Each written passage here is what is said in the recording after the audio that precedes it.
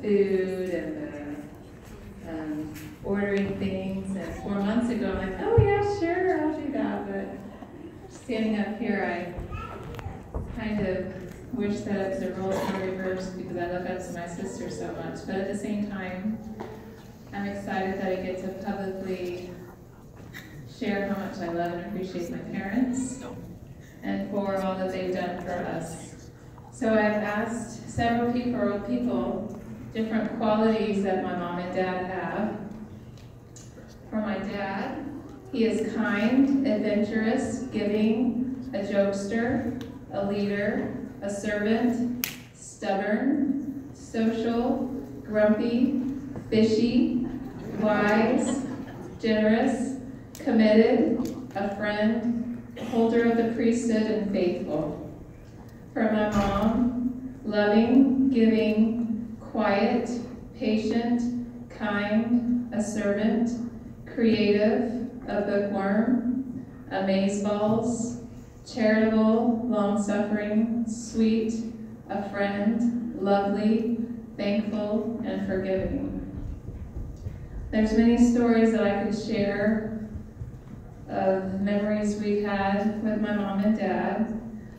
Hundreds of fish fries, endless memories from the beach house, seining, scaling fish with a spoon, playing hopscotch, long jump competitions, our big family Thanksgiving softball games, trips to Grandma's house. I'm going to pause there.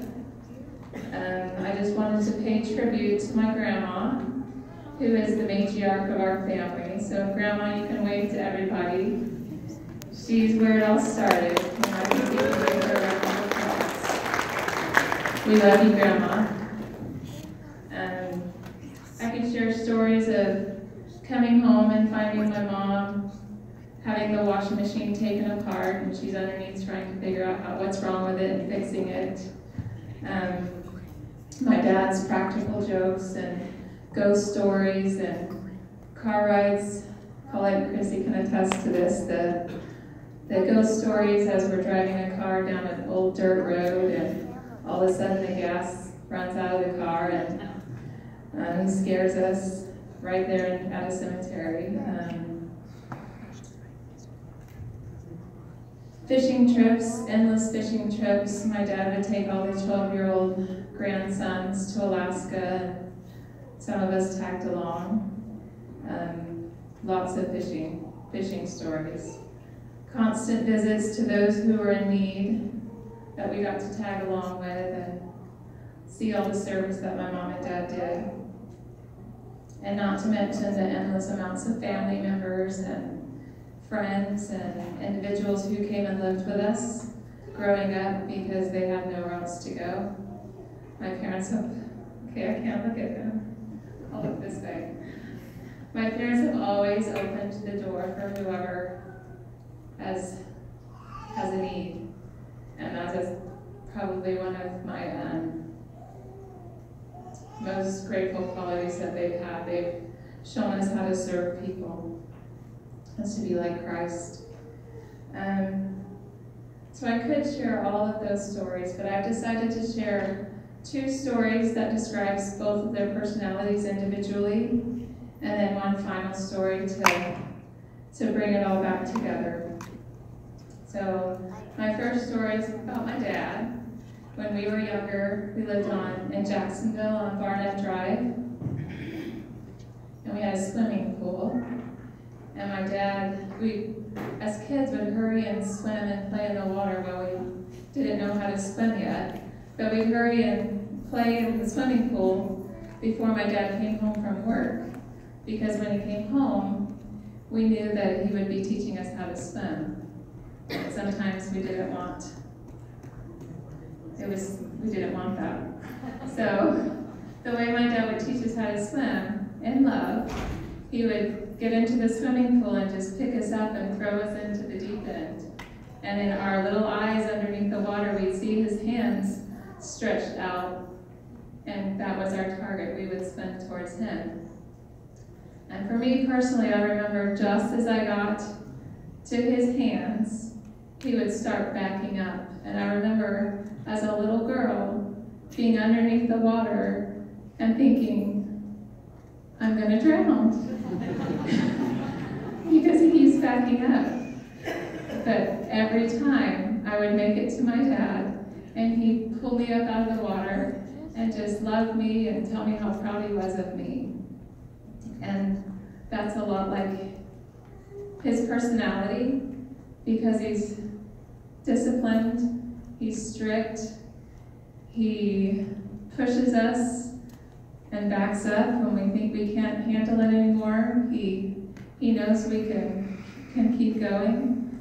And for that, I love you, Dad. Yeah, back to looking at you guys. Look over here. My mom, this story fits her to a T. One of my youngest memories of my mom is when we lived in Hilliard. Just before we'd get ready for school, my mom would wake us up, and it would be cold. And so she would warm up the oven, and once it was nice and warm and toasty, my mom would go get our socks and open the oven door and lay our socks on the oven door. And then she'd yell, "They're ready!" And we'd run and go slip our cold feet into the warm oven socks. And that is who she is to this day. She spends her time in quiet service, showing love to her children and to her grandchildren and to all the people around her. At times I think she's not in the limelight as much because she's so quiet, but she truly is the mother of our home and our families, and she's the compassion and the love and the patience that we all needed. Finally, the last story that shows their togetherness and their unity. Let me get to where I was.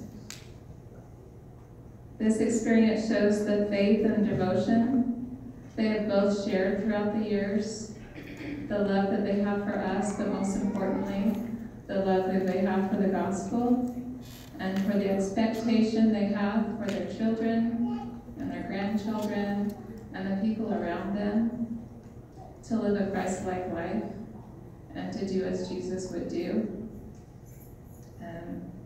As we were teenagers, we would walk along the beach in Jacksonville looking for shark's teeth, and we could never find them. And so both of them drew a little circle around the shark's teeth and said, okay, there's a shark's tooth in this circle. And so we would be able to find the shark's tooth. And as we got older and better, they would make the circle even bigger to make it more challenging for us. And we would be able to find that shark's tooth to where we eventually didn't need them to draw that circle for us. We could find that shark's tooth on our own. And that's a lot like our lives. They were strict with us growing up, but that's to help teach us our circle and where we find our faith and our answers from when they are not able to provide that for us, as we all live on our own. And that's through Jesus Christ and how he helps us find what we need in our lives. And I just wanted to share that on behalf of all of your children, we are grateful that the two of you found each other and that you've created all of this.